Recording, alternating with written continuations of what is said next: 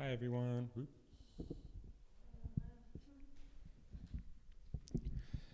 Um, Hello and welcome. We're thrilled to welcome Jessica Alexander and Ray Levy this evening. Thanks to Rick Meyer at Carthage for getting us all in touch and for helping to facilitate this reading. Jessica and Ray read at Carthage last night as part of the Visiting Writers series there, and we're grateful to be part of the tour of sorts. We have books by Jessica and Ray available for sale at the front desk in the bookstore, so please visit us there after the reading. Then just a couple housekeeping things coming up in our calendar. We'll be closed for our annual book center inventory for about 2 weeks starting this Saturday. When we reopen in March, please join us for a reading celebrating new poetry collections by Kit Healy and Jenny Benjamin on Friday, March 14 at 7 p.m. And on Saturday, March 22 at 7 p.m., a performance by Jerome Ellis, who, using saxophone, electronics, and voice, will present portions of their latest transdisciplinary project, Aster of Ceremonies, and more to come in the months beyond, so grab a newsletter to find out more or visit us online at woodlandpattern.org. Now it's my pleasure to welcome Jessica Alexander and Ray Levy. So I'll just read both bios really quickly, then we'll just get to the reading. Jessica Alexander's novella, None of This Is an Invitation, co-written with Katie Jean Shinkle, was published by Astrophil Press in summer 2023. Her story collection, Dear Enemy, was the winning manuscript of the 2016 Subito Prose Contest as judged by Selah Saterstrom, thank you. Her novel, Agnes, We're Not Murderers, is forthcoming from Clash Books. And then right after that, we'll have Ray Levy, who is the author of School by University of Alabama Press, FC2, and Negative Space by Spiral Editions, A Book So Read by Caketrain, and Necessary Objects by Tree Light Books.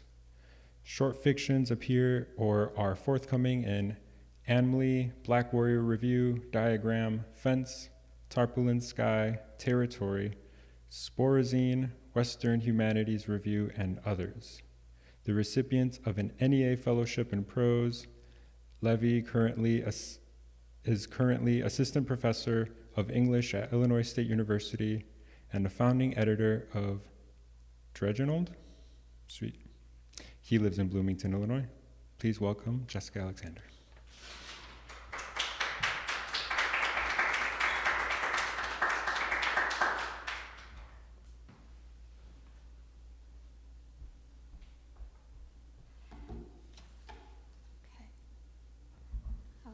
This too. Thank you, Antonio, for the introduction, and thank you, Jenny and Laura, and I want to thank Mike too, who's not here, but and thanks for coming out on such a cold night. So I'm reading something that's kind of new. It's a mystery novel, but it's kind of an anti-mystery novel at the same time. And in this section, it's sort of the narrator is telling this other person's story who she's been sort of interrogating. Robin had a nemesis. That's the person who's being interrogated, Robin. Robin had a nemesis. His name was Craig. She was a student at the night school for art and design. In art history class, they'd pinned prints to the walls. It was August. There was Cat with a mirror. The cat looked like a puppet, perverse and demonic. It sprung from hell into a young girl's bedroom, and the girl looked delighted. She held a mirror to the cat's face, and they both seemed to get a kick out of that. This, too, was an education, she said. You pick something, the options are limited, and you take it apart. She picked Balthus. Who brought this? Craig said. Robin told me she was learning that the rules people care about are never spoken. You say what you shouldn't, and it's like crossing into the negative of a photograph. Craig looked at her like she brought a juice box to a potluck. Why? He asked. and she hated him because she did not know herself. Then she saw the painting, and she thought she'd faint. Oil on canvas, a drowning woman. The artist's name was Joyce Strong. Craig brought the painting. "Craig," she said, "you're fucking with me." He was telling Irene about a hand job he got in a Kusama installation. Irene was smiling. Robin said, "That's me." Craig's eyes shifted to her face, and his shoulders stiffened. The painting was called Knot, which is her name, Robin Knot. She learned then that strong emotions and their expression have this effect. People like Craig cringe at it. She could not help herself. If he'd admit she did not live alone, vexed only by her own awful shadow, admit they had a common world, that his actions and her reactions weren't independent, she could let it be. She was unhinged, yes, but only in this very specific context. The context was Craig. He admitted nothing, and just like that, their fates were sealed. She was destined to hate him. "Robin," he said, "that's not a person." And this was true. It was not exactly human. It had, for instance, no face or body. It was like an empty vat, or maybe a barn or a white Victorian. Nevertheless, it was her. And naturally, she had to pivot slightly, like someone holding something heavy. She had to set her shame on a surface, equipped to support it. Joyce Strong was the name of the artist. Craig saw the painting last spring at the Brooklyn Museum of Art. Joyce Strong hadn't painted anything in 2 decades. Suddenly, her landscapes were cropping up. "I'm writing my thesis on her," Craig said. Robin was livid. Manet was Craig's favorite impressionist. His greatest joke was to turn a goddess to a floozy, his word, not hers. And it makes you want to cry how dull and unimaginative the whole game is, a fistful of dickheads just flipping the same coin over and over again. Robin said, "I'm also writing my thesis on Joyce Strong." She decided right there and then. Craig's mouth hung open. He said, 2 minutes ago, you didn't know she existed." She wondered whether she should kill him. Should she kill him? Instead, she wrote Joyce Strong. "I saw your painting Knot. It looks like you threw a handful of sand at me. That is, if I were invisible. Let me try again. When I was young, I walked barefoot everywhere. Once my aunt took a pumice stone to the pads of my calloused feet. At first it was wonderful to feel everything, the soft rug, cold tiles, blades of grass bending into wet earth. I went further out, and the rough boards, the rocks and pine needles cut me. I've been thinking of this. It is a portrait, though Craig says it isn't. I don't believe him.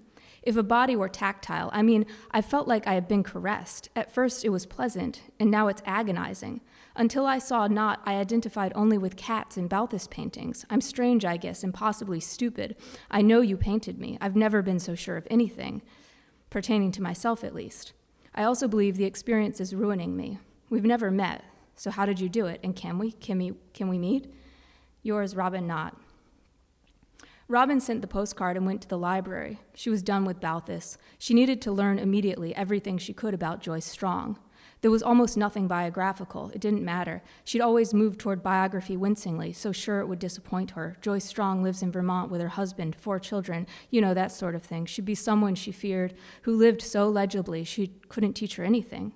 The photographs of Joyce were grainy from the 80s, nothing recent. She disappeared from the public eye sometime in the 90s, and that was just as well. Robin wanted only the paintings inside of her. She was thinking all this, her pen poised in the air, when Craig sat down across from her. "What are you writing?" he said. Was he following her? She covered the postcard with her arm. "Nothing," she answered. He told her he'd been to an archive at NYU where he read Joyce Strong interviews all afternoon. He watched some, too. "Ever play Stoneface?" he asked. "It's a game. I learned it in 8th grade. Let's be honest, I still play. It goes like this. There's a table, and under it, someone's hand is undoing my belt, unzipping my pants, and obviously, I'm doing the same thing to the other player. Above the table, we sit, attentive, bored even, chewing our pin caps. The first to break, loses the game." There's an interview with Joyce on YouTube. This guy, a real Charlie Rose, sits across the table from her. His tie is loose. He looks tired, a little listless, unimpressed. It's some real Abramovic shit, the intensity of it. They're like really looking at each other. He's saying, talk about landscape, talk about technology, talk about the body. Is that so? How so? Expand on that. Give me an example. And of course, I'm thinking, where are their hands? Not on the table. Then something happens. In the last 30 seconds of the video, he fumbles. His mouth falls open, and she stood. She slammed her book shut. "You're lying," she shouted.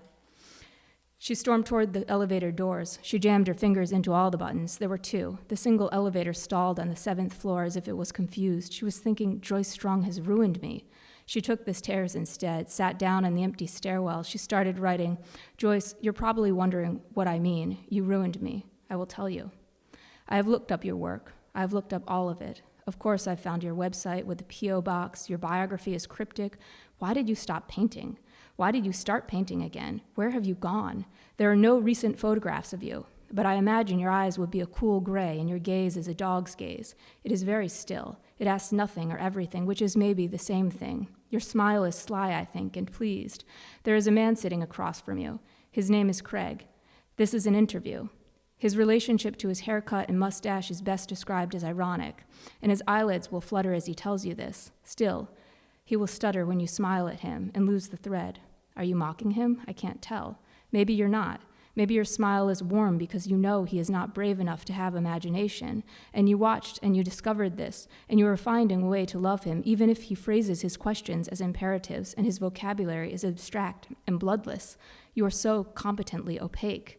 He has that practiced look of listlessness, of being unimpressed, those anemic, erudite, and surly eyes. That's when your smile startles him. On the east side, there's one main drag, and the railroad cuts through town. Robin covered her ears in headphones. She started missing class, just walking around. Often it was cold, always cold. In the distance, over the expanse of snow, someone watched her. Someone always watched her. She knew this. She could hear them like a deck of cards shuffling. She covered her ears. She discovered this electronic music, retrofuturism, spectral sound, like layers of time coexisting. One night she stepped out of the landscape and she slammed into Craig.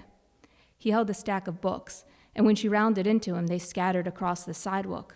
Alan Jones' autobiography was splayed face down. Really? Some postcards had been wedged between the pages. She picked them up. New York, North Carolina. He'd been to New York last weekend. Joyce had a painting at the Hudson Gardens show, he said. I thought you'd have known. She hadn't. I thought you'd have gone. Yeah, she said. I saw it. She was lying. You're probably wondering why North Carolina, he laughed. I wasn't. You're not a feminist, Craig. She handed him the book on Alan Jones. That night, she dreamt she took a Greyhound to New York. She wanted to sit above ground and see her faint reflection in the glass and the changing landscape underneath it. The next morning, she wrote Joyce again. Joyce, I went to see your paintings at Hudson View Gardens. I took a Greyhound. I got off. I went. You were not there. Why did I imagine you might be? Eventually, I took the Greyhound back again. But first I walked around. Most of the work looked like Hoffman and Rothko knockoffs, and I did not care about them. I walked on. Your painting was a gash in the sky. I knew it was you before I read the name, and I stopped breathing. Acrylic and pen. I don't understand. I stopped. My heart fell through the floorboards. Did you feel it? The painting looked just like a blood clot floating underwater or across the clouds. I stopped. It was a white Victorian in the distance. Was that a fire or a sunset or a death? I met you in that bloody landscape full of stained cotton balls, and I grieved for fear I'd never find you anywhere else. Did you feel it? Of course not. How could you? That's when I saw Craig leaving the gallery. I don't think he saw me. I covered my face all the way into the street, and I held you in my mind. I said, Joyce, what did you mean by it? 2 gashes in a canvas, like eyes swollen shut or a sunset beaten red, and then a white Victorian? Craig was stupid and wrong. They were obviously faces and landscapes. A white Victorian house under clouds. Did you feel it too? Of course. Somewhere else, beneath an awning, up the block, you sipped your drink and felt it too. Only I couldn't imagine exactly what you were drinking, and this grieved me. I rushed out of the gallery into the street. Outside was gritty, and a taxi nearly knocked me down. I felt so out of step with time. Outside the gallery, Craig leaned against the brick facade and lit a cigarette. He said, Smile, Robin, it can't be that bad. And I told myself, it is that bad. I held you in my mind all the way back to the bus station, and of course, I knew you were not really there. So what was I holding? Time is a strange thing. Suddenly it was spring and winter simultaneously. Craig was finishing a thesis on Joyce Strong's recent work. Robin was skipping class, flunking out, losing her scholarship, listening to spectral sound and wandering around. It's a shitty town we live in. There's one coffee shop called Grounds for Talk, one bar called The Angry Bard, and there's Daddy's Deep Dish Pizza with a tip jar that says, Show me your tips. There's an image of a topless woman taped to the tip jar. Robin hates it, this town. When it's cold, and it's always cold, the streetlights flash against the snow. She steps out from behind a building and the wind knocks her down. In spring, the students lounge on wraparound porches under blue wisps of cigarette smoke. She tells me twice they threw a beer can at her head. "Get a car, loser," they shouted. She said she'd never known a population whose anger was so arbitrary. She was riding her bike so slow, she cut the wheel and it just flopped over. That's when she saw it, Joyce Strong's landscape, right there in the street, the white Victorian. "You have to understand," she said, "my dream self had been living in that house." By dream, she didn't mean fantasy. She meant a visceral knowledge that dissolves every morning like fog and returns at the smell of a dusty garage. How mystical, I thought. It tugged her. She dropped her bike in the street, and like a sleepwalker, she followed it into the fog of her forgetfulness, tripping over the sidewalks, lipping up the steps to the large front door, uncannily ajar. She nudged it open and stepped in as if she'd lived there all her life. And there she was again at the apex, under a dusty chandelier, before a winding staircase, a wooden banister. She had been there before. She stood in the very spot, seated, seared like sunlight into her closed eyes. For an instant, she saw it again, Joyce Strong, dead on the carpet. She shuddered. Then it was gone, and her strange, somnambulant body trudged on through the unreal cosmos of charcoal and pin, that baffling blend of mediums. Deeper and deeper she went into the heart, the gut, the spine of Joyce Strong's last landscape. The floorboards cracked. She entered the kitchen, which stunk of burnt coffee. The marble countertop was empty, save some crumbs from an abandoned meatball sub, which still sat on its crinkled wax wrapping. Someone, she thought, is sleeping on the couch. Someone was there. She didn't care. The double glass doors glowed like a Dan Flavian installation. White light radiated off the floor, and the lush green blurred and burst across the walls. She stepped onto the terrace. She'll go, she thought, down the steps, across the path, into the lake. She'd walk, and she would not stop. Only when she reached the terrace, she was mistaken. There were no steps. She could not see the lake, the path or stretch of lawn. Instead, she met bushes and bushes of forsythia. It spilled over the garden and invaded the terrace. It wasn't supposed to be there. She stripped a thin branch of its green leaves and yellow petals. She opened her fist and the wind took them. The lake was barely visible, the spell broken, the vision dissipated. A soft footstep dropped and a shadow fell over her. She turned and a man stood blinking into the light like a newborn kitten. Clearly she'd woken him. Only he looked like he'd been sleeping in the trunk of someone's car all week. He looked like he'd been kidnapped from a boardroom and thrown into a ditch.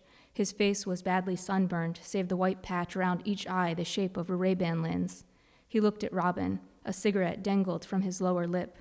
She thought of a Godard film, or those men who styled themselves after Godard films. Once, there were so many of them. He pulled the Zippo from his pocket. He struck the wheel and cupped the flame. He ducked his head slightly and lit the tip, all without taking his eyes off Robin. He inhaled long and arched his back. He filled his lungs and stretched until she heard his bones crack. He exhaled slow and pointed at her hands. "What are you doing to my bushes?" he said. Robin looked at her fists. She had a few twigs clenched in them. She had not noticed. She let them go. "It doesn't belong here," she told him. "You should dig it up." He paused and cut one eye like he was doing math. Then he relaxed, rocked back on his heels, swayed slightly to his left, caught himself. He was drunk. He shut one eye. "Do I know you?" he said slow. He did not slur his words exactly. He spoke too carefully. It was more like eating something in reverse. "I'm here for the job," she told him. She took a risk, the same risk a lesbian took in a shamefully overlooked novel decades earlier. It was his wool trousers that made her do it. They were most likely a richer man's cast-offs. They were too big. His socks, too, had holes in the heels and toes. He'd stuffed a black tie into his trouser pocket, and the tongue was hanging out. He'd clearly had a bad night. The bad night in question was not last night, but several nights ago. She guessed he was still recovering. "Can you drive?" he asked, and she nodded yes.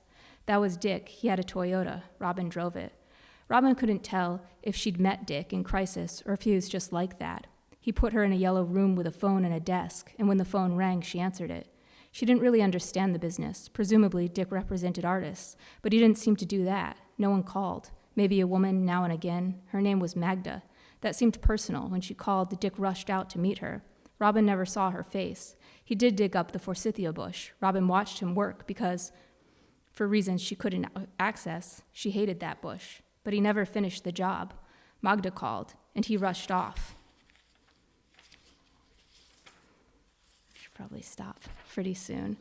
But I'm going to skip. She finally gets a letter from Joyce Strong. So I'll skip ahead to that part. Blah, blah, blah, blah, blah. She worked, and when she wasn't working, she held on to her ritual, her ceremonial exorcism, her ardent commitment to walking, listening only to spectral sound, skipping class, and writing postcards, which would, she believed, inevitably unveil the agent of her undoing. She was thinking this, recommitting to her practice, when the first postcard from Joyce arrived. There is too much I want to know. For instance, what socks are you wearing? Do they match? Do you care? What was it like for you to live a girl's life? Did you like it? Did you wish for something different? Until very recently, you did not know of me. Now you do. Do you think that changes everything? Have you been vaguely waiting for something to change everything? Robin, I like your name. I want to say it slowly so you feel it. I wish you could hear me say your name slowly, again and again.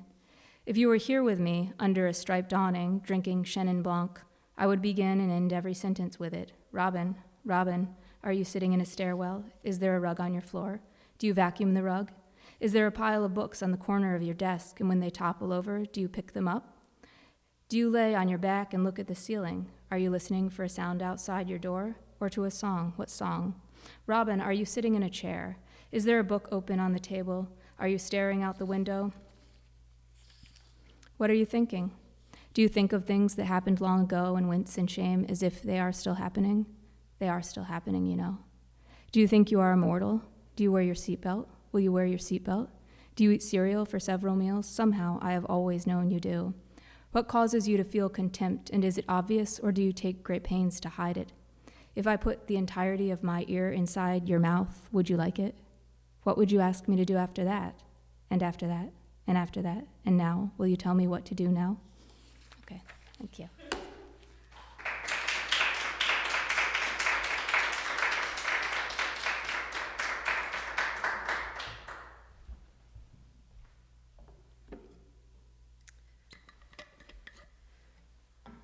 Thank you, Jess. And thank you, Jenny and Laura and Antonio. Is your name Chuck? Okay, I'm sorry. I forgot your name. Lewis, okay. Thank you, Lewis. And thank you, Woodland Pattern. Thank you, Rick, who's not here, but he set this up. Oh, he's online. Thank you, Rick.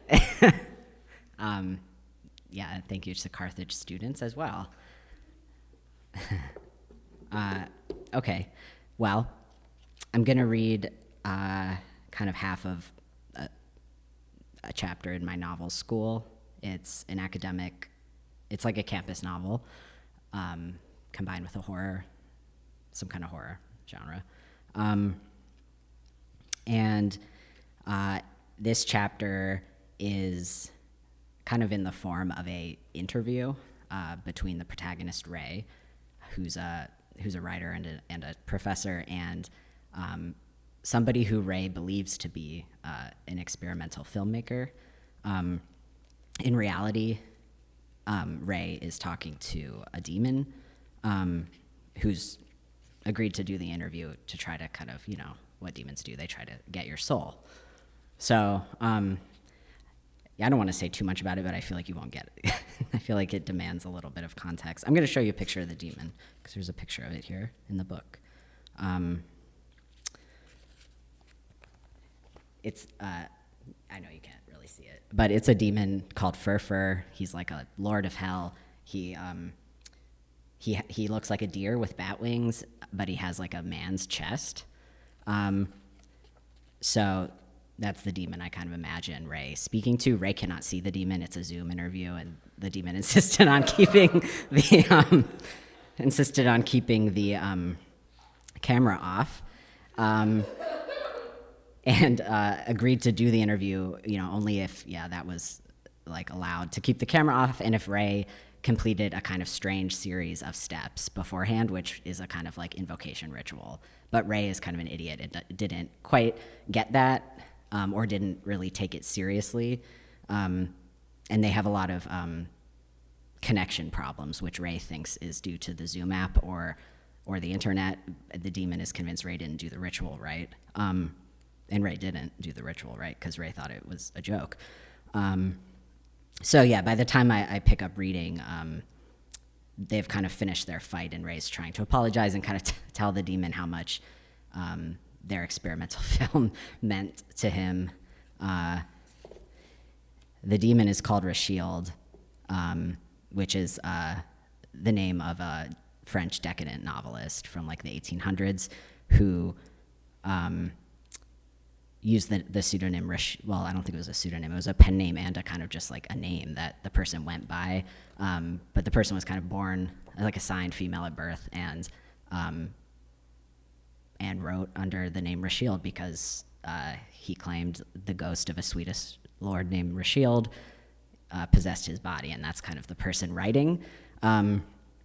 So that's why I called it Reshield. This is kind of an occult trans novel. Ray has recently transitioned, and it caused a lot of problems at work. So a lot of this is actually Ray just kind of bitching about work with the demon, trying to get Ray back on track and kind of finish the finish, you know, the possession or whatever. This is First Seal on the front of the book. I wrote the whole book in tribute to this demon. It was a very desperate time for me, and I thought, I don't know if it worked. I did get what I wanted, and I got out of that situation, and I did offer my soul, but I'm not dead yet, so I don't know. We'll see what happens. Okay. All right.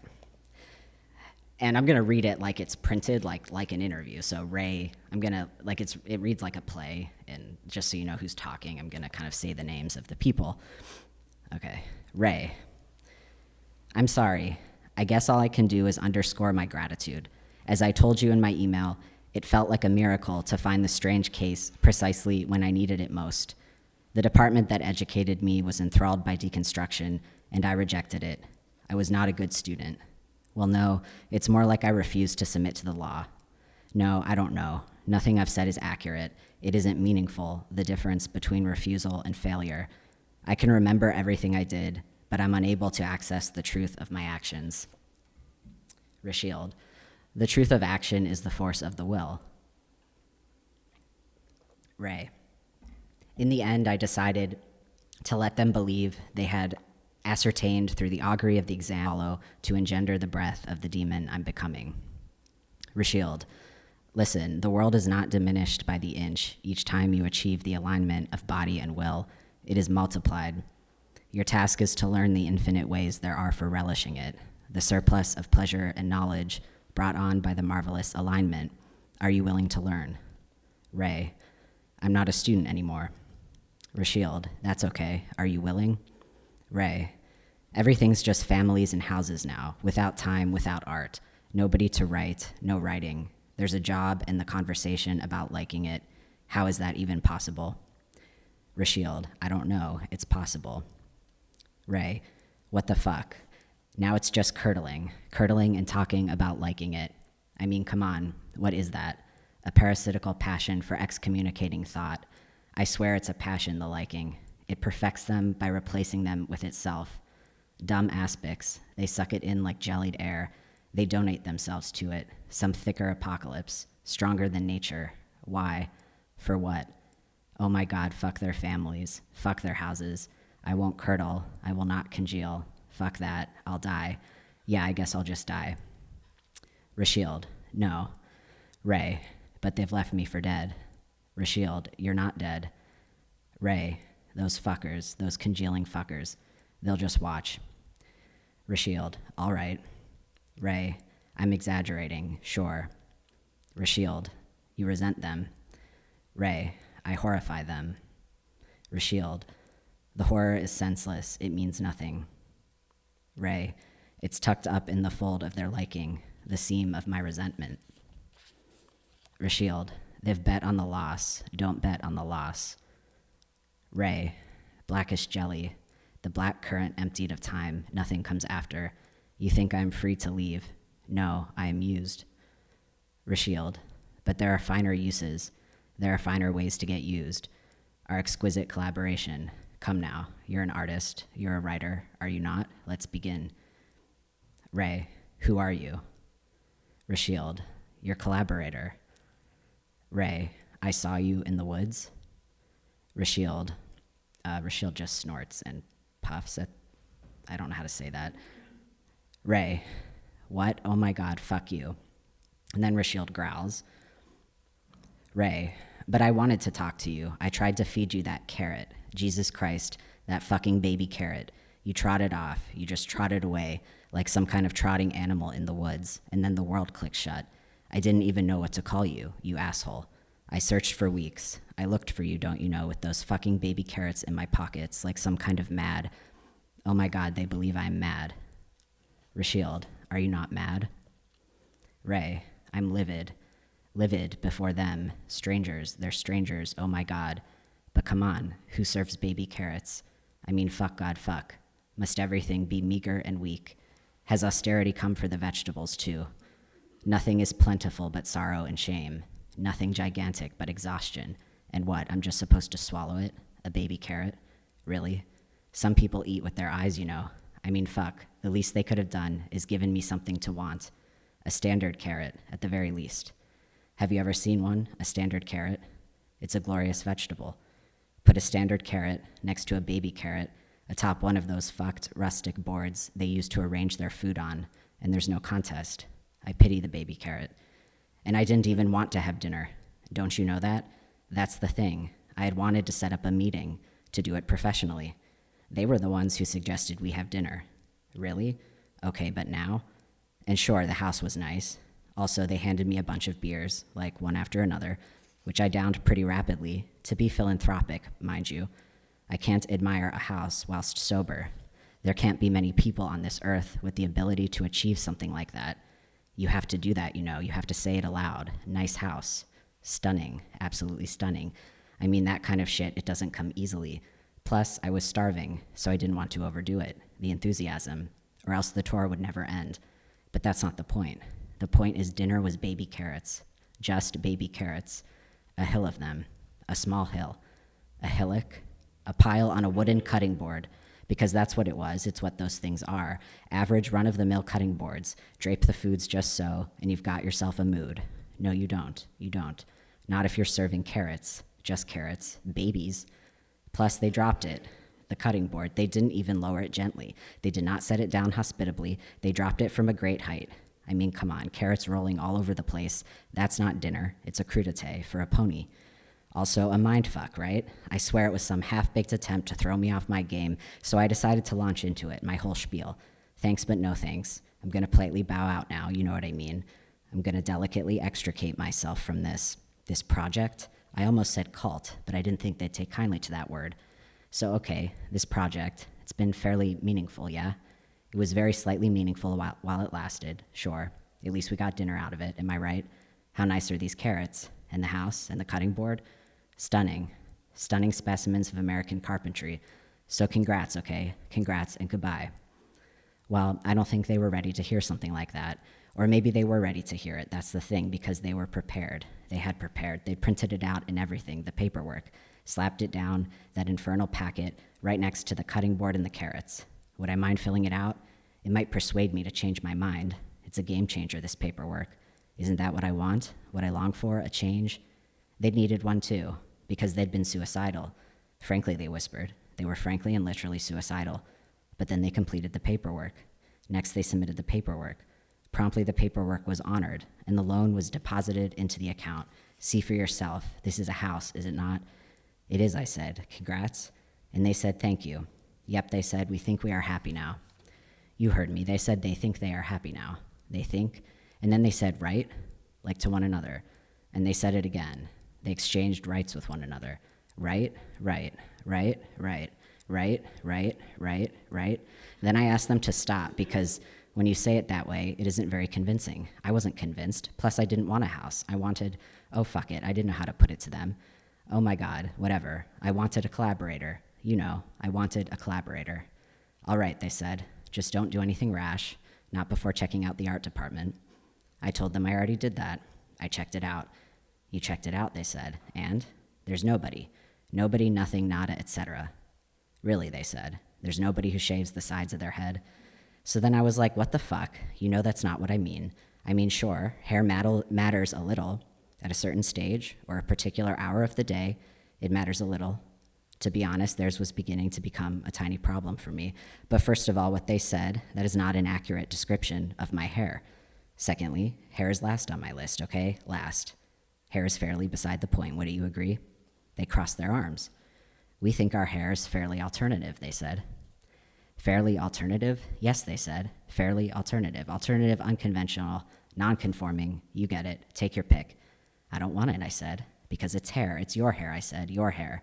What do you expect me to do with it? Would you like me to eat it? Do you want me to eat your hair? What? I suppose I should chop it up and make a savory paste with it, dip those baby carrots into it and swallow it. Then what? I shall live here in your ghastly forever, like, I don't know, some kind of petrified gumdrop? Fine, I can do that. I'll eat your hair, all right? I'll eat it straight off your gelatinous heads if that's what you need.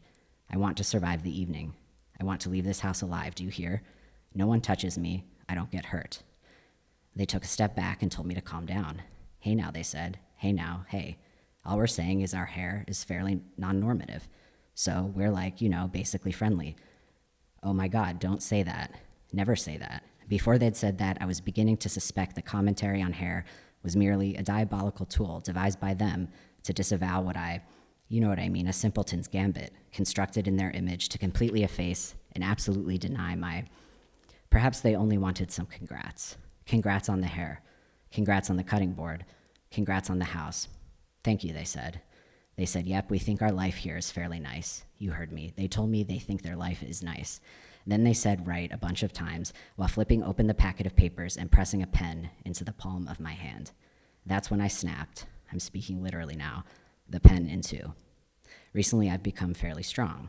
Physically strong, basically. Not emotionally strong. Not socially strong, which probably explains why I did what I did. I grabbed 2 handfuls of baby carrots and fled into the woods. Oh, they've got some woods behind their house, all right. It really was a stunning situation, that whole apparatus. I'd been dreaming about fleeing into those woods, but I was hungry, so I stuffed some baby carrots into the pockets of my jeans before exiting through the back door. The house came with a back door. Yep, stunning. Congrats. I sprinted through the back door, maybe breaking it. Look, this was a fragile apparatus, the whole situation. It was fragile as fuck, and I had become fairly strong physically. I tore through the back door, maybe literally, though I didn't feel any pain, and I promptly slipped into the woods. Immediately, I spotted you, which was miraculous, totally miraculous. Fuck the art department. And I had all those baby carrots on me, remember? I was pretty sure you ate those. Carrots are a portion of your diet, correct? What I mean is I figured your head probably ate them because I noticed, beholding you fleetingly in the woods, that you're a composite. You're a little bit of a composite, okay? That's fine. I don't mind. I'm merely trying to explain my behavior. I was operating under the assumption that carrots are standard fare for the type of head you have. Therefore, I extended a carrot to you as an offering. You ran away. I gave chase, and then they located me. They dragged me back to their house. Congrats. And yanked me indoors. It made them worry intensively, they said, to watch me run off like that into their woods, and then to find me just running like that in their woods. They hope it wasn't due to anything they had said. They meant no offense by whatever it was. Okay, I said. And the paperwork? The paperwork, they said. Don't be silly. Don't give that paperwork another thought. Not tonight. We'll try again tomorrow. Because one would be wise to sign the papers first thing in the morning. But for now, one should rest, like right here and at once. Well, I flipped out. They couldn't possibly believe I was psychologically prepared to spend the night in their house with them. Thanks, but no thanks, I said. I'll sleep in the woods. The bleeding moon is oozing and brighter than advertised, and I want to lie beneath it to catch the drippings in my throat. I mean, have you ever had such an epiphany, sprinted into the woods and changed your entire point of view vis-a-vis your career? I gushed for a while about the experience which they tolerated, but they weren't paying attention. They didn't get what I was trying to say. I wasn't trying to say a man or a deer. I wasn't saying a man and a deer. I wasn't even saying a man plus a deer. Throw those words away, okay? Listen. What I'm saying is a deer with a masculine chest. I'm saying I saw a deer with a masculine chest in your woods. I saw a deer with a masculine chest in your woods. Do you hear? Yes, they said. Gross. Then what they did next was they made a noise like eek and shut me inside one of the smaller rooms. They told me to collect myself. I was like, Jesus Christ, what the fuck is this? Turns out they were standing on the other side of the door, so they replied, it's a house. I told them congrats on the house, and then I broke out of it, slipping into the woods once more. Again, they grabbed me and dragged me, this time to the station wagon. They yanked me straight up inside of it, very nice, a hatchback. Basically, they loaded me up and drove me home, deposited me on the lawn of the apartment complex. I returned to them on foot pretty much immediately. I jogged right over into the woods.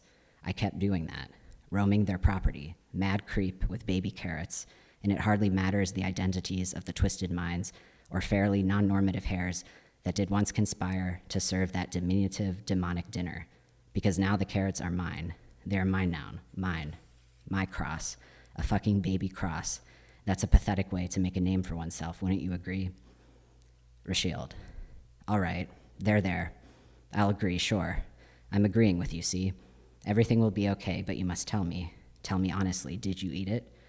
Ray. What? The hair?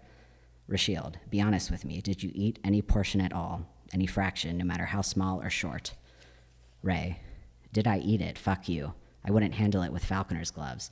I wouldn't poke its bloated remains with... Rashield. Good. You did good. Our future lives. Look, I don't want to waste any more time on this matter. It sounds like you had an abominable dinner. That dinner was a hazard, okay? A legitimate trauma. We've all had them. Come. You'll be all right. This is me comforting you from an impossible distance, which I suggest we close, officially.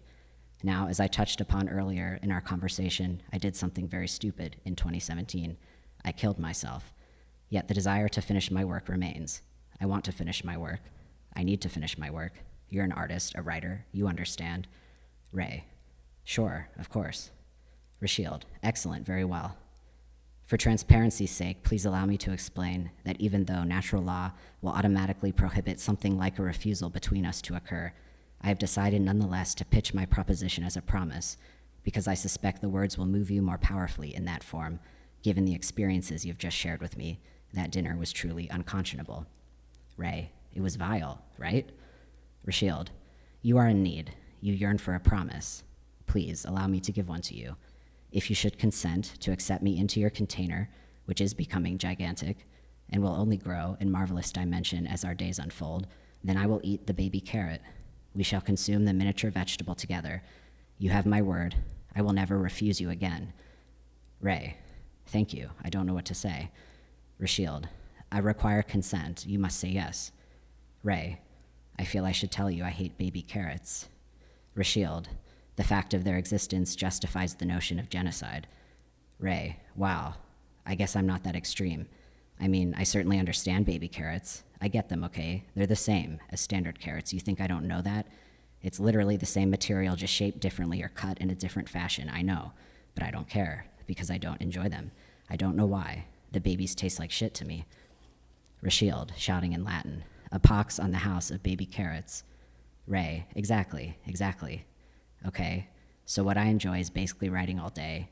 I mean, whenever a day exists, frequently reading. Then in the evening, I like to put on headphones, step outside, and listen to music, it must be loud, while sucking a beer or a cigarette. Rashield, fine. Ray, and what, you're suggesting we'd be doing that together, like encased in the body, the air, and time. Rashield, that is my promise to you. Ray, oh my God, I knew it. I fucking knew it. I knew there was more, another step or stage, a greater form of enormity. I've been waiting for it, you know. Rashield, growling. I do, but you must say it. Say yes. Ray, yes. That's the end.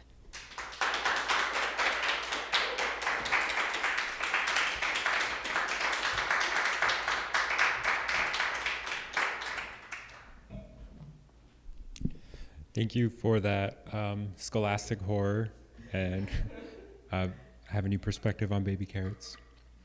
But thank you everyone who tuned in, everyone that helped set this wonderful reading up. Again, we will be closed for inventory starting Saturday, so come in and buy some books, make our count size smaller. And please join us afterwards, where we will have brand new art in this space, and we'll be welcoming Jerome Ellis and then the rest of our spring, summer, and fall, and winter programming. Thank you, everyone. Have a good evening.